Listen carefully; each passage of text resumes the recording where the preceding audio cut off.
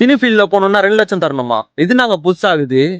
2 நாள் முன்னாடி ஒரு ஆடிஷன் அட்டெண்ட் பண்ணியிருந்தேன். அது நல்லா பெர்ஃபார்ம் பண்ணி செலக்ட் ஆயிட்டேன். நீங்க வீட்டுக்கு போங்கப்பா கால் பண்ண சொன்னாங்க. சரி நேத்து கால் பண்ணாங்க. கால் பண்ணி தம்பி நீ நல்லா பெர்ஃபார்ம் பண்ணப்பா செலக்ட் ஆயிட்ட. ஆனா கொஞ்சம் பே பண்ற மாரி வரும்னாங்க. சார் எதுக்கு சார் பே பண்ணணும்னு கேட்டதுக்கு, இல்லப்பா நீ பே பண்ணி தான் ஆகணும். நெறைய பேரு இந்த சான்ஸ்க்காக வெயிட் பண்ணிருக்காங்க. நீ பே பண்ணனா உன்ன செலக்ட் பண்ணுவோம்ப்பான்னாங்க. இல்ல சார் எவ்வளோ சார்ன்னு கேட்டதுக்கு 2 லட்சம்னாங்க. அவ்வளோவா? அவ்வளோலாம் என்கிட்ட இல்ல சார். அந்த 2 லட்சம் இருந்தா நான் ஏன் சார் ஆட்டோ ஓட்டின்னு போறேன்? இந்த நாய் பொழப்பு எதுக்கு சார் எனக்குன்னு சொல்லிட்டு வச்சுட்டேன்.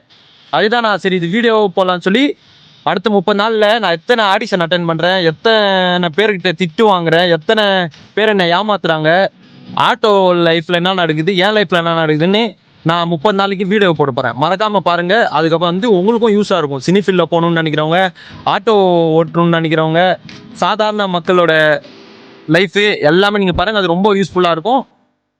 ரொம்ப இன்ட்ரெஸ்டிங்காகவும் போகும். நான் இது வரைக்கும் எத்தனை ஆடிஷன் அட்டெண்ட் பண்ணிக்கிறேன் கூட ஒரு நாளைக்கு நான் போடுறேன். நான் முடிஞ்ச அளவு நான் வீடியோ கூட எடுத்து முடியாது அப்படி வீடியோ எடுக்கிறதுக்கு நான் ட்ரை பண்றேன். Stay tune for more update.